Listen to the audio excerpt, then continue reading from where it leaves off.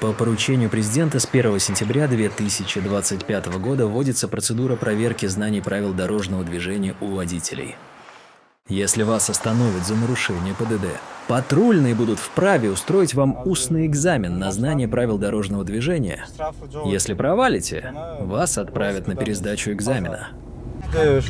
Камералары бар, бул биз кызматка чыккандан баштап иштетебиз. Водитель в любое удобное время может прийти и пройти повторное тестирование на знание правил дорожного движения и сразу же получить свое удостоверение обратно. Если водитель не сдаст тест, он сможет пересдать его позже. Удостоверение возвращается только после успешной сдачи экзамена. До 1 сентября осталось еще 5 месяцев. Тем, кто плохо знает ПДД, советуем начать учить их уже сейчас.